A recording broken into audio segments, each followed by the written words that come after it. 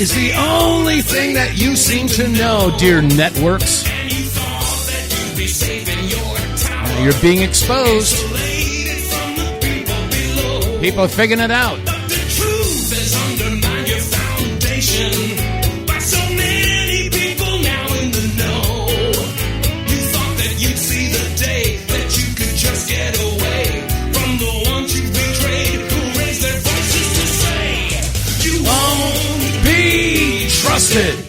Anymore.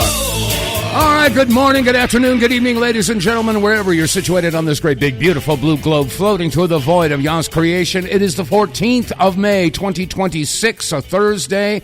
These are the WTF reports. I'm your host, Dave vonKleist. WTF with the facts. And if those facts make you exclaim WTF, well, then so be it. Anyway, this broadcast is brought to you in part by the Wave Watch. If you haven't checked it out, wasamarayo, and go to our website, TheWTFReports.com, and the pop-up will take you right to an area where you can learn all about the Wave Watch and why this technology is finally coming into its own. Yeah, we all know that Royal Raymond Rife was working with frequencies, and if you haven't been paying attention, well, you're missing the boat, because now frequency is the talk of the town. It does all kinds of wonderful things for you and your family. And yes, it'll go after the bugaboos, and it'll also help your cells thrive depending upon the frequencies that you use. So anyway, check out the Wave Watch, and you'll get a hefty discount when you use the promo code, which is automatically applied at the website. So go to our website, TheWTFReports.com, and get yourself educated on the Wave Watch. You'll be glad that you did. Okay, there's a lot to talk about, and at the bottom of the hour, I'm going to be bringing on board, tentatively, I don't know if he can make it, I talked to him a few minutes ago, and he's busier than a one-armed paper hanger, but Andy Stewart is the one who brings us Get More Tank. And I got to tell you, I got a couple of interesting testimonials from people who've been using it. They emailed me and said, hey, this stuff really works. So anyway, hopefully we'll be talking to Andy Stewart at the bottom of the hour. And as always, our phone lines are open here. If you want to join me, anything you want to talk about, you're welcome to do so. 215-867-8255. Again, 215-867-8255. Now, at the risk of being called a one-trick pony, there's a couple of issues that I have a tendency to really focus in on, and I keep on going back to them, and I'll continue to do so. Because I believe with every fiber of my being, if we can bring to the surface, bring into the light, the issue about what's been going on with, yes, the Epstein files and all the trafficking that's been going on all over the world. And by the way, the United States is number one consumer of human trafficking. That is a sad, sad statistic to have to admit to. But yes, our country, I don't know what's happened, but our morals have gone right down the hopper. And if evil is been manifested, it is manifested in the practice of sex trafficking, of child trafficking, human trafficking. And yes, all of the, shall we say, activities that go along with said trafficking. So anyway, I'll get back to on board with that in a couple of minutes. But there's so much going on. Of course, they've been taking testimony right now about the COVID-19 issue, and more people, not just here in the States, but all over the world, are calling for Anthony Fauci's arrest and prosecution because of his crimes. And of course, there are plenty of accomplices as well. People who participated in the cover-up, people who participated in the propaganda that really that cost millions of people their lives and tens of millions of people their livelihoods. As a matter of fact, Ron Johnson, Senator Ron Johnson, he went off. He went off on the mainstream media, and well, I'm glad that he did. But here's a brief clip from the testimony yesterday. Ron Johnson, bless your heart. The theme song that I opened this broadcast with is you won't be trusted anymore. And, of course, that was written 30 years ago, dedicated to the mainstream media, all of the alphabet networks. Well, here we are, 30 years after the fact, and look who's talking about it now. I need the mainstream media, CBS, ABC, CNN, to step forward and start covering what is a major scandal. How many thousands, tens, hundreds of thousands of people are permanently disabled or possibly lost their life because our FDA hid the fact that there were safety signals screaming at them with the COVID injection. So again, you can't answer all my questions in terms of but we need to figure out who is running this deep state. Yeah, who's running the deep state? That's a good question. And I'm glad he threw that in there. The bottom line here is that because of the actions and inactions of our mainstream networks, who are supposed to be the fourth estate, they're supposed to be the watchdogs of government and institutions and bureaucracies. They're supposed to inform the American people, and indeed the people of the world, of what's going on. And they turned their back on their responsibility. As a matter of fact, not only did they turn their back on their responsibility, but they helped to cover up and promote the propaganda that was being shoved down the gullet of a collective American public 6 years ago. Anyway, more from Senator Ron Johnson. Here he goes. So this is what, and I can do this in 2 minutes and 20 seconds. This is what we uncovered. This is what is being covered up by now the legacy media. On March 1st of 2021, Dr. Peter Marks, head of CBER, the organization, then FDA, that approves vaccines and also is supposed to surveil those vaccines post-market for safety, was given a multi-page briefing by the main data mining analysts within FDA working with the inventor of the algorithm they used to analyze the VAERS, the Vaccine Adverse Event Reporting System. That briefing told Dr. Marks that the current algorithm, because of the nature of the massive number of claims coming into VAERS, by the way, from 1990 until 2020, on average, about 280 deaths are reported in VAERS associated with the vaccine. 2021 is over 21,000. Nothing to see here. But anyway, so they're using an algorithm. They were warned that this algorithm, because the Moderna and Pfizer are so close together, the way they're analyzing is going to mask and hide safety signals. That's March 1st, 2021. 26 days later, a new state-of-the-art algorithm, developed by the inventor of the original algorithm, was presented to senior FDA officials, showing 49 cases of extreme masking, 25 safety signals, including sudden cardiac death, pulmonary infarction, Bell's palsy, different types of strokes. Month after month after month, they continue to do this data mining. They continue to show additional safety signals. Did Peter Marks, did Anthony Fauci, did President Biden go to the American public and say, hang on here, we've got some data, we've got some concerns? No. They blame the unvaccinated for continuing the pandemic. This is a pandemic of the unvaccinated. We need to mandate this.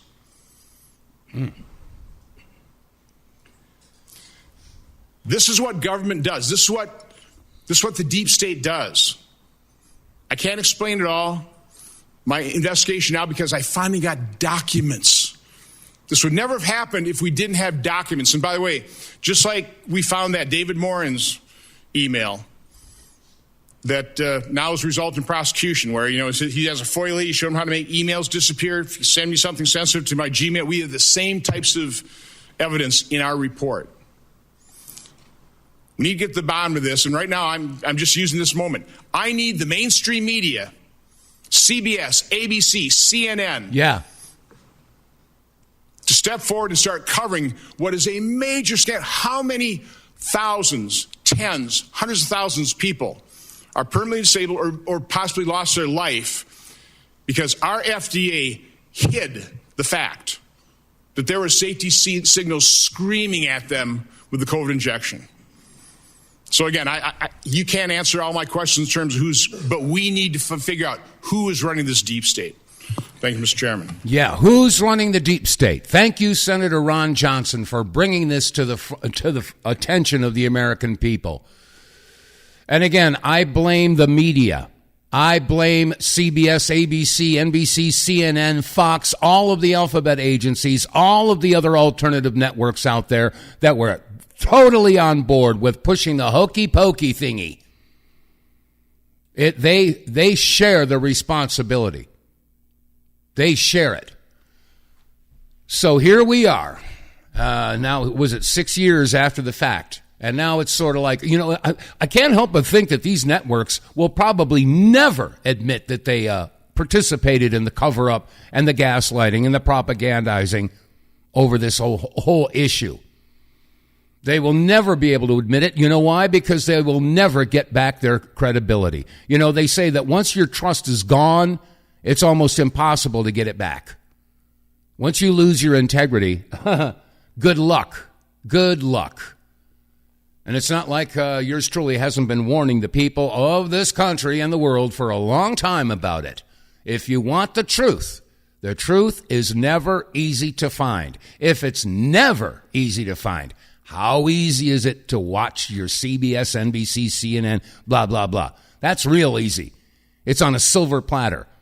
And if it's that easy, how much truth can be there? You have to look for it. You have to dig for it. And keep in mind, there's a million lies, but there's only one truth. Anyway, the other issue here is, Thomas Massie. Yeah, he's getting grilled. They're trying to really smear him. And let me see if I can pull that one up here. Let me see. This is it? Yeah, okay, this is the one here. Give a listen to this. We're still in Kansas, wrapping things up for the night. We're going to go to bed early. We have to get up really early for an interview, then go to a meeting, and then do a roundtable to talk with individuals from all over the state. Just a heads up, if you haven't figured it out by now, until the primary in Kentucky, at the closure of all the tabulated votes on the 19th, my page is going to be flooded supporting Thomas Massie, the most constitutional conservative in this country.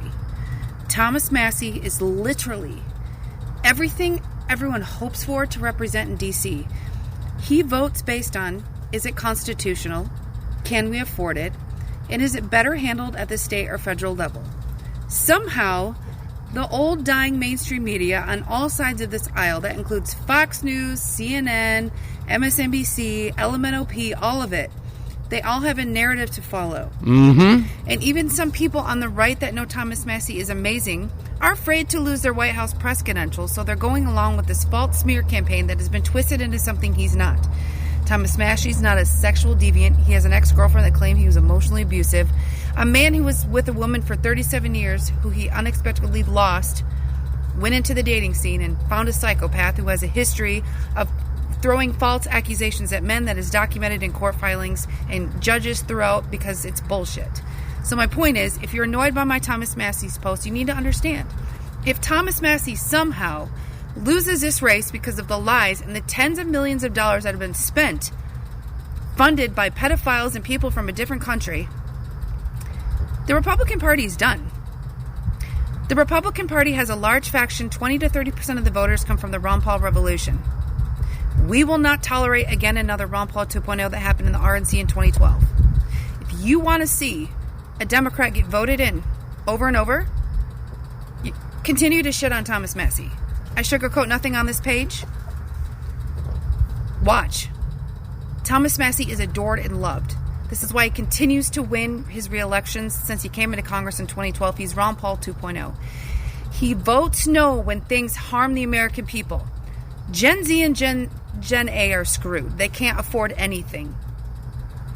He doesn't have a hidden agenda. He can't be bought. He's grassroots funded, and his latest Massie money bomb is over $2 million. So just brace yourself. My page is going to be mostly all Massie until the primary on the 19th. And when I come back from Kansas and I do my laundry, I'm heading right back down to Tennessee with a shit ton of Ron Paul Republicans. We are united. The Libertarians are even coming in. We're a little bit older now, but we are united. Yes. I'm glad to hear that. And what was her name? Tiffany Cianci. Yeah, and I played this yesterday. I'm going to play it again because Thomas Massie, his opponent, and for some reason my screen is really it's Ed Galram, something like that. But anyway, this Thomas Massie does not take money from AIPAC or any other Israeli lobby, but his opponent has taken nearly $10 million. 9,800,000 and something thousand. And anyway, so there's a creator. Her name is Tiffany Cianci, and she is organizing. As a matter of fact, that last clip that I just played is probably a direct result of the efforts of Tiffany Cianci. Here's her statement once again. When a politician serves the interests of his voters, constituents, and the American people instead of the interests of billionaires and their pedophile friends. But I have a plan to stop it. And it's going to take every single one of us, and we're going to start right now because Thomas Massie needs our help, and he needs it today. Story time. 8 days ago, I was sitting at a lunch table in Washington, D.C., across from Congressman Thomas Massie, when he pulled out his phone, showed me a tweet, and asked me, Miss Cianci, did you mean it when you sent this? The tweet in question, I will fly to Kentucky and bring every follower I have across every platform to fight for Rep. Thomas Massie. POTUS has grossly misjudged how done the citizenry is with bought and paid for politics. And the answer I gave him, absolutely, Congressman, what do you need? He said, that is exactly what I need. Can you help me? Now, if you're not familiar with what's going on in the 4th District of Northern Kentucky, right now, Representative Thomas Massie, an incumbent that boasts the highest approval rating of any member of Congress, according to voters across the United States, is currently fending off a challenge from a primary candidate named Ed Galram, a guy nobody's ever heard of before, but Trump said that was fine because he just needed a warm body, and Kentucky voters would vote the way he told them to. Now, all of that would probably seem fine if it was just a regular primary, but it's not.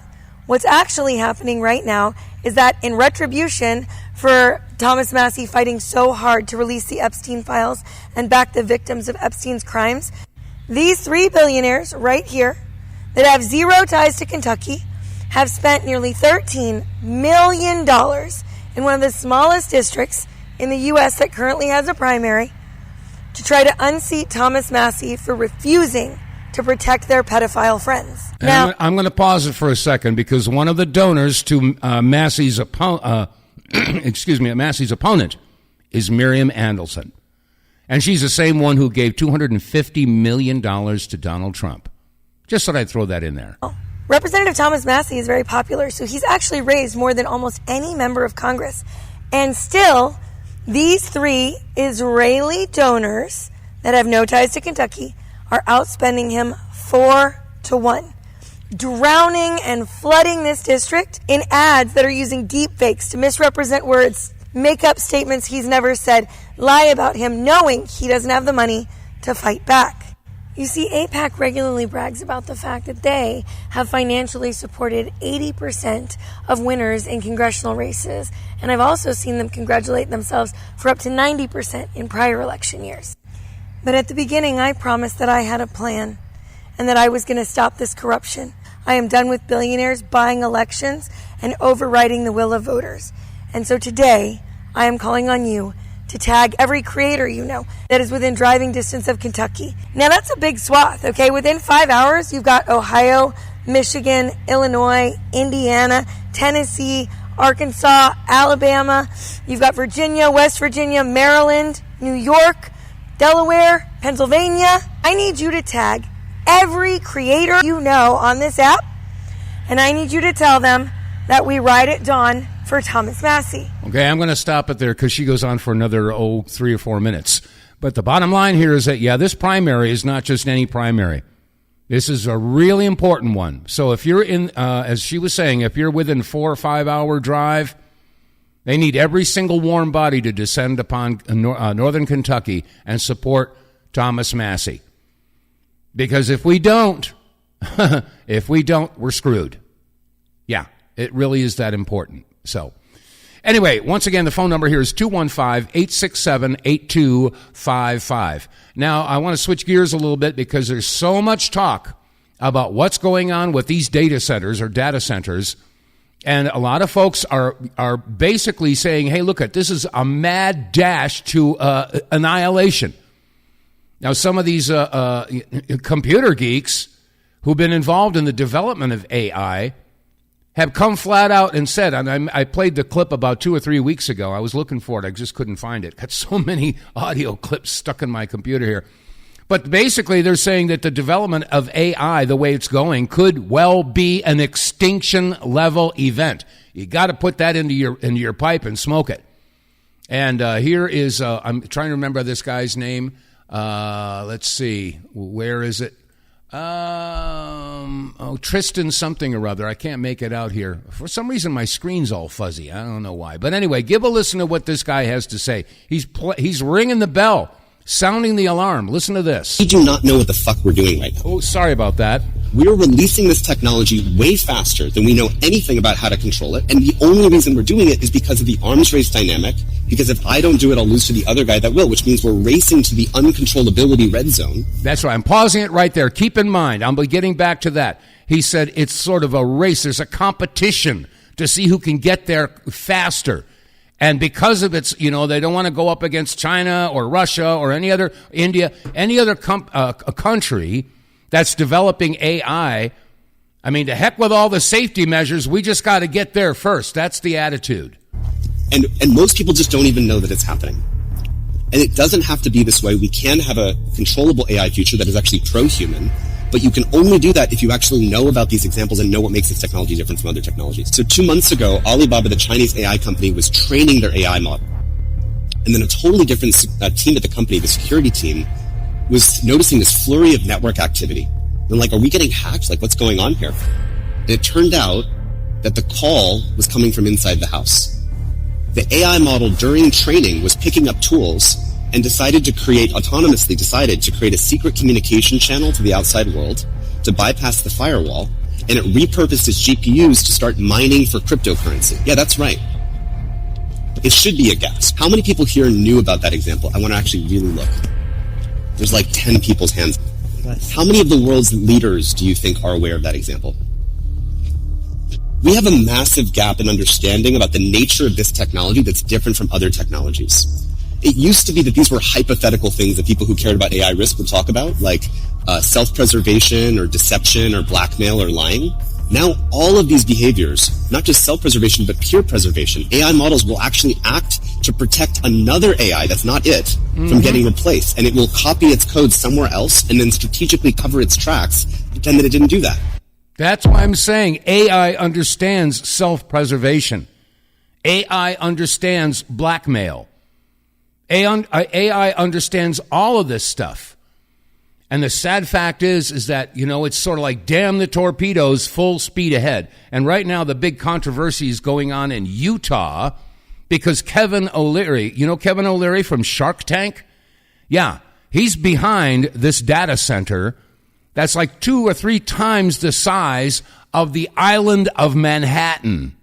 I mean, we're talking about a couple 100,000 acres that they want to build these huge, huge data centers.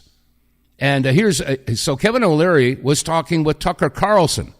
And this is a really important conversation to hear. I don't know if I could play the whole thing. I'm hoping that Andy Stewart will be joining me shortly. But in the meantime, here's a bit of a conversation between Tucker Carlson and Kevin O'Leary. Now, keep in mind what you just heard. You just heard that, there's this competition between different countries, U.S., China, India, Russia. They all want to get there first. But keep in mind, you can't make an informed decision without information. But they're not gathering the information. They're just saying, okay, we just got to build these things. Anyway, here's Tucker Carlson and Kevin O'Leary. I used AI last week with a tool to actually, after scanning all the images, to go look at them for 2 weeks. And now I'm able to just go to this computer and say, find a picture of my wife the day I met her in the gym. Boom. There it is. Now, it's amazing. No, you're kind of making my point, though, because the two examples you gave are examples of a machine replacing human labor and doing a better job than any person could do. Oh, Tucker, that's horrible. Which is great. Well, but hold on. that's my point. Well, I know it's your point. And I can see the marvel of it. But it raises the question, which won't go away, which is, okay, now that machines do what people do better than people did, what do people do? Okay. And what is the answer to that? Let me ask you, let me pose a question against that. Would you prefer, I'm giving you one of two options with the uncertainty of both, okay? But I want you to pick one. This will tell me a lot about how you think. Would you prefer in the next 5 years that China have more compute power than we do, even though the use and the outcome and jobs and everything else we're talking about is unknown?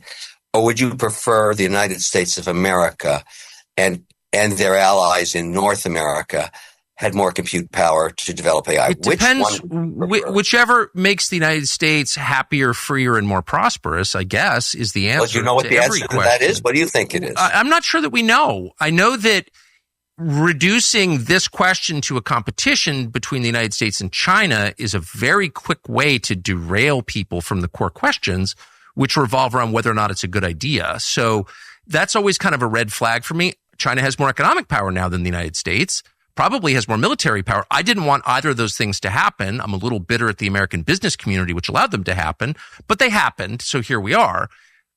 There's not much I can do about it. My focus remains, however, on, is it good for the United States? Is it good for us? Does it make people happy? And I don't understand what people are going to do for a living if machines are going to be able to do most things that people currently do better than people do them. Like, what is the answer? And a lot of people are honest enough to say nothing. We're just the oligarchs are going to send out checks to everybody, the bread and circuses, and everyone's just going to kind of stay home and be obedient.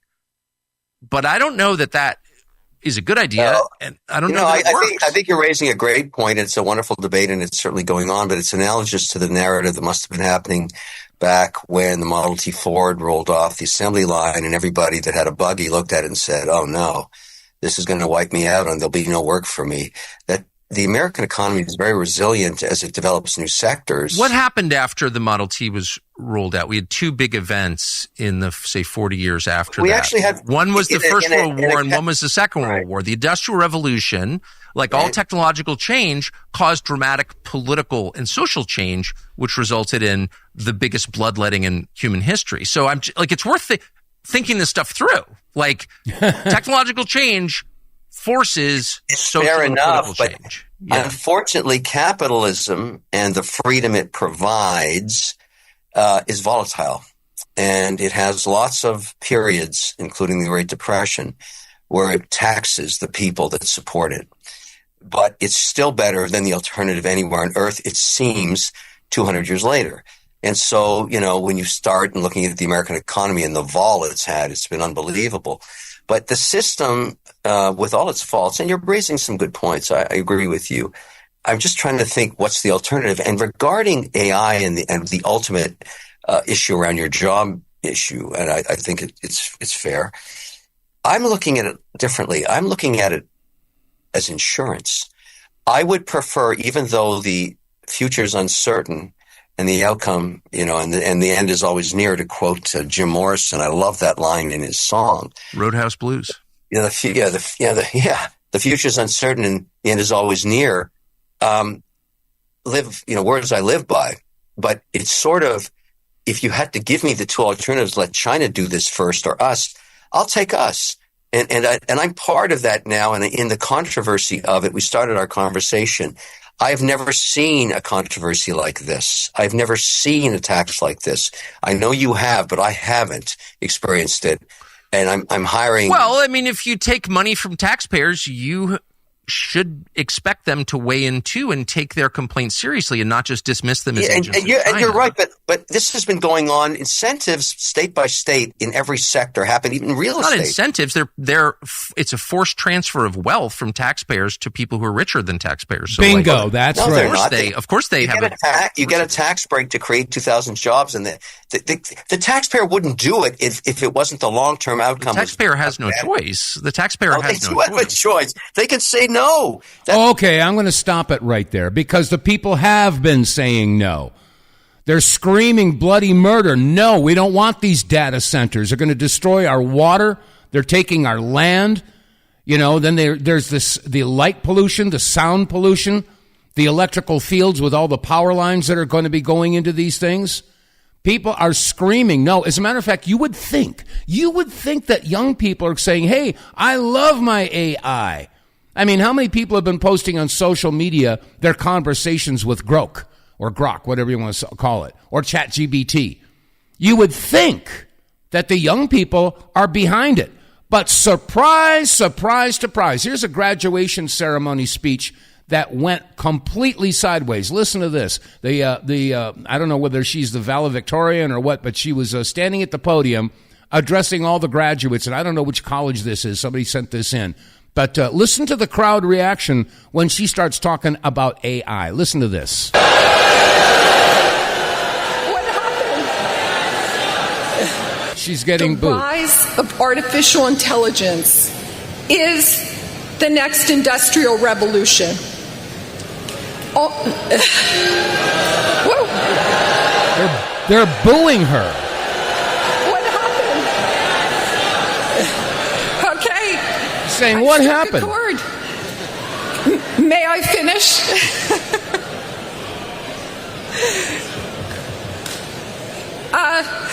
Only a few years ago, AI was not a factor in our lives. And now they're cheering because they don't want it as a factor in their lives. All right. Okay. We've got a bipolar topic here, I see. Okay. She's really shaking. And now, AI capabilities are in the palm of our hands. And more booze. Oh, I love it. Passion. Let's go. Okay. This should be a wake-up call. The people don't want it. They don't want it. They know what the ramifications are. They know what the cost is going to be and what the long-term effects are going to be. They're not happy about this. And all over the country, people are screaming and demonstrating against it. As a matter of fact, let me see what news station was doing this news story here. Let's see. Despite objections from people in town, an AI data center is coming to Kenilworth. Our Christine Quayle takes us inside a packed town meeting last night where local officials defended their decision. Now, keep in mind, a lot of these local officials, they don't communicate to the constituency.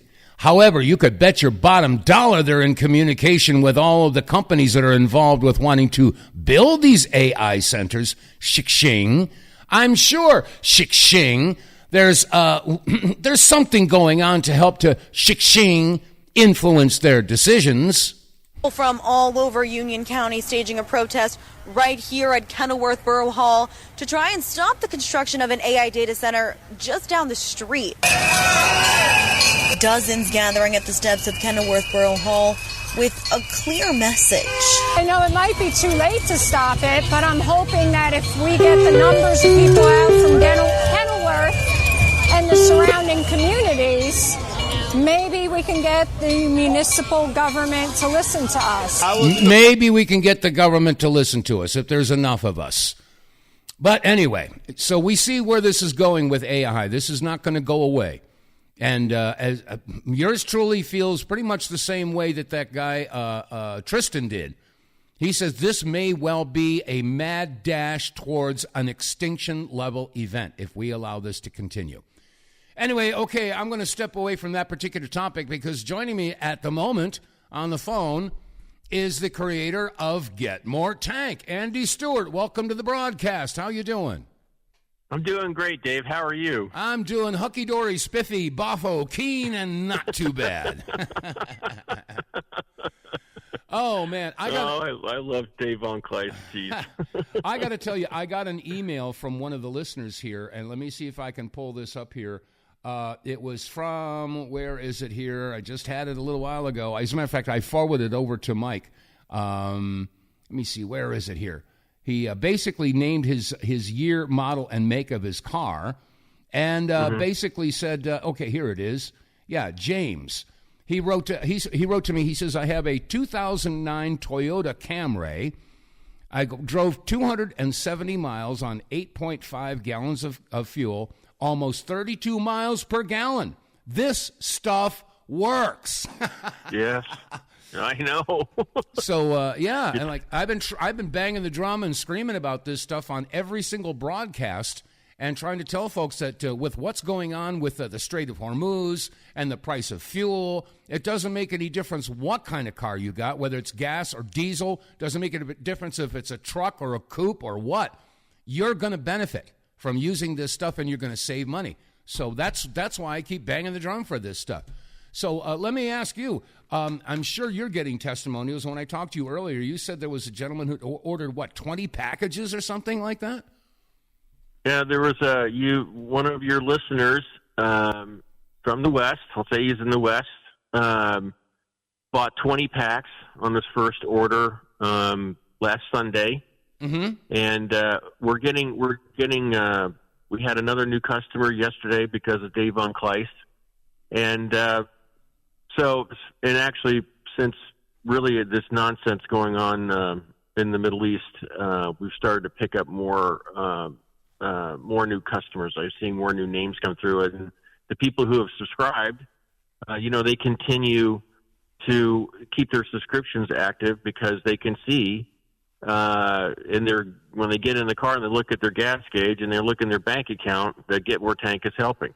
When you say subscribe, what do you mean? Explain the subscription. Some of the listeners may not have heard that before. Well, when you go to getmoretank.com and you decide I'm going to make a purchase, the first thing I want you to do is to use promo code RedPill101, which supports Dave, and you're going to get 10% off. So Get More Tank normally retails for $22.22, and when you apply the Red Pill 101 promo code, it becomes an even $20, and you get 5 tablets in a pack. And you'll get the pack within, depending where you are, between 3 to 5 days after order. And then when you see after your third tank, which it takes about 3 tanks before your onboard computer catches up to what's actually happening underneath the hood, mm-hmm. because your onboard computer is looking at history, not at what's happening currently. But in any event, you'll say, oh my gosh, my gas mileage has gone from 15 to 18 miles a gallon, or 20 to 24 miles a gallon, whatever your situation is, and you're going to the gas station a lot less.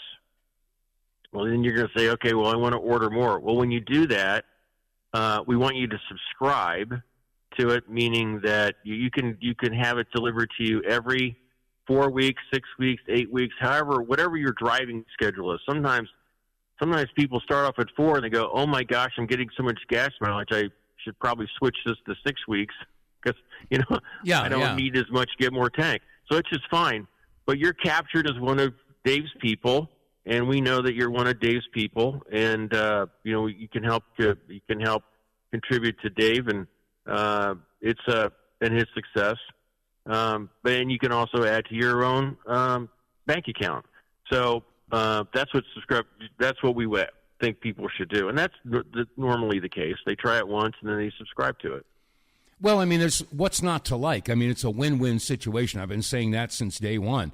And that, if you're getting, best case scenario, if you're getting 20% better mileage after you've been using this, and you $20 gets you 5 tablets, when you do the math, I mean, the 5th tank is free.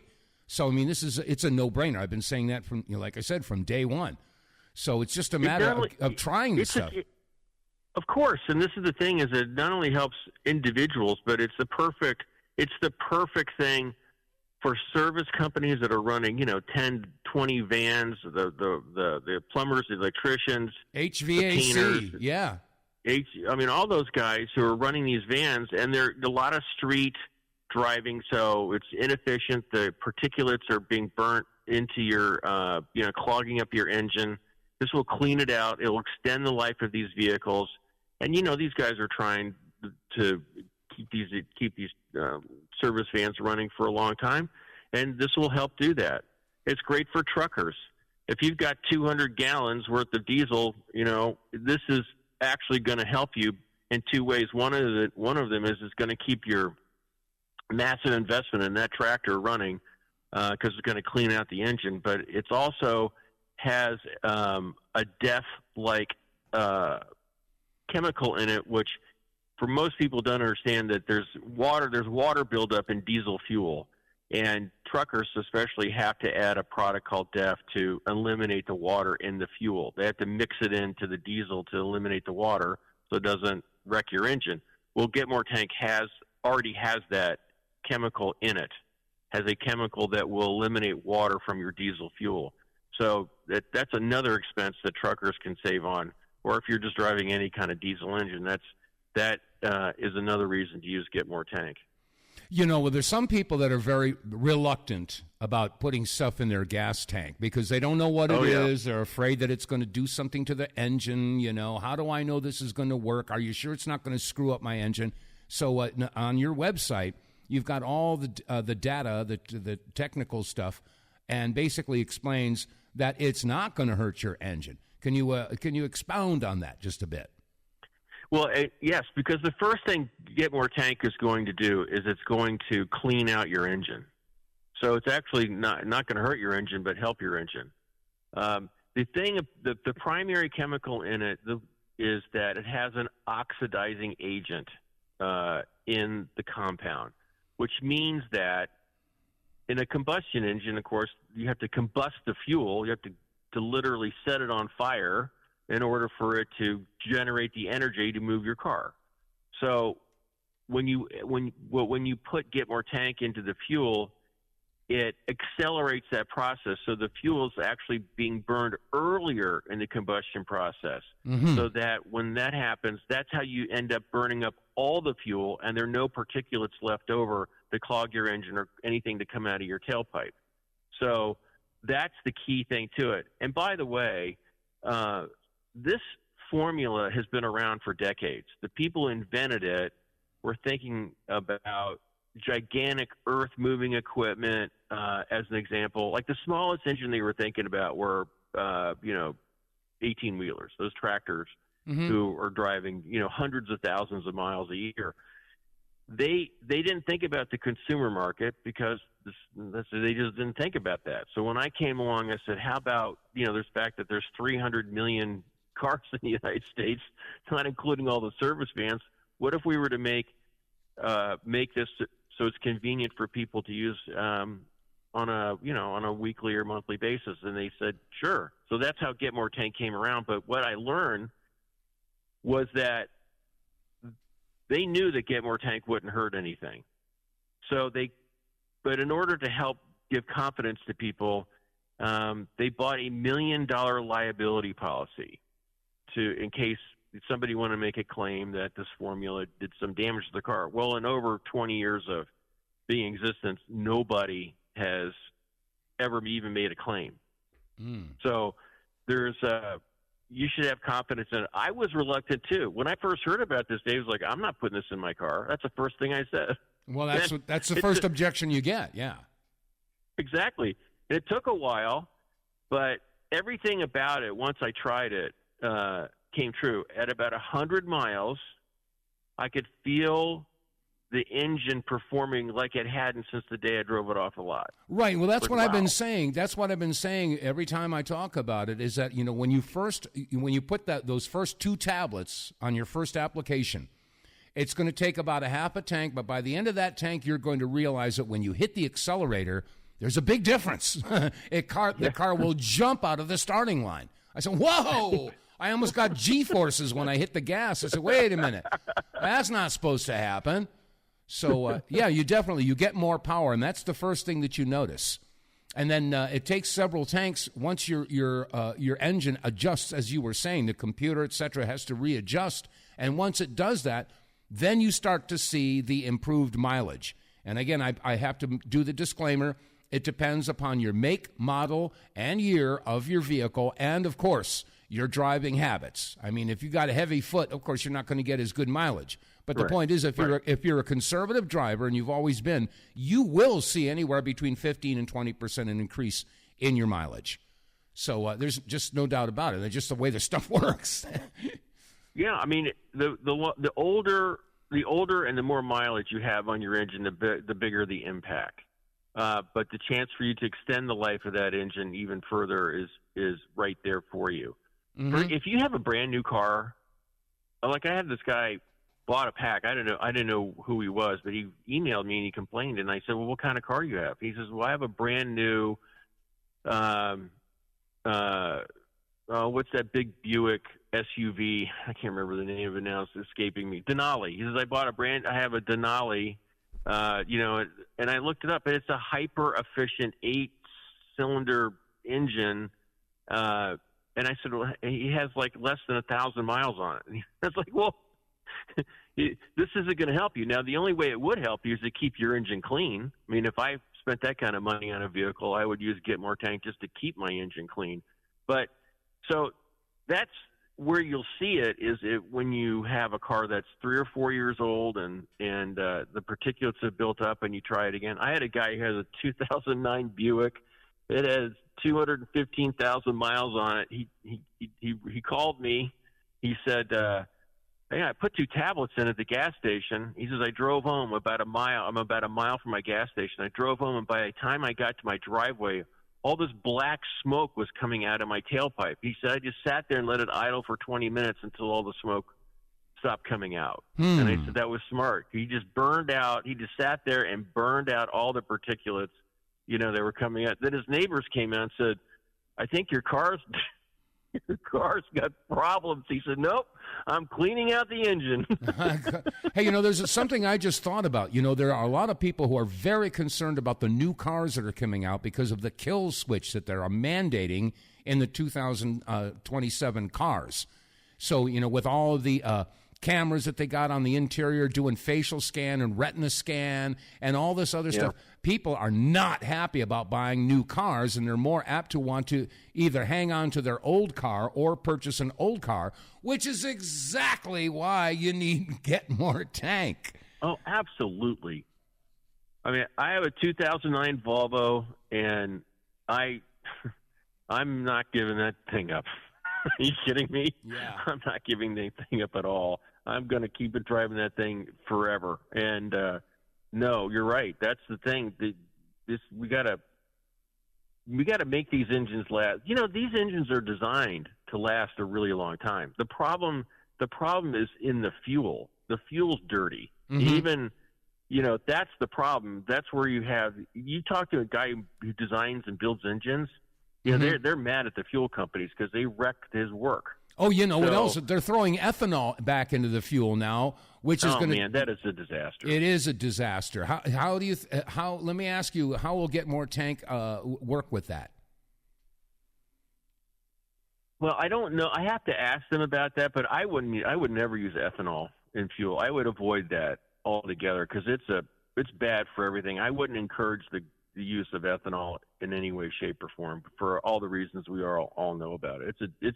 It's an ecological disaster. Yeah. It's dirty. It's really filthy. It's a waste of earth. It's a waste of everything. And it destroys your fuel lines too. I mean, it's really bad. Yeah. Just don't use ethanol. That's a joke. That is really a bad thing. So all the more reason to at least Get More Tank a try, folks. I'm serious, because once you try it, you'll go, it works. Oh my goodness, it works. I use it in my lawn equipment too. If you remember, Dave, we were talking a couple of weeks ago, and I was telling you last summer I got really busy, and I didn't mow my yard for like 2 months, and it looked like my neighbor's like, "Are you okay? Can we help you?" It's like, "No, I'll be all right. I'll get to it." So when I did, and I got on my John Deere Rider, which is 10 years old, and sounds great because I use Get More Tank. it mowed it down like nothing because the energy that's being released in that machine could easily handle even a 2-month growth in my yard. I mean, it was a foot tall. Mm-hmm. And when I got done, I turned around and looked at my yard, and it looked like a golf course, I have to say.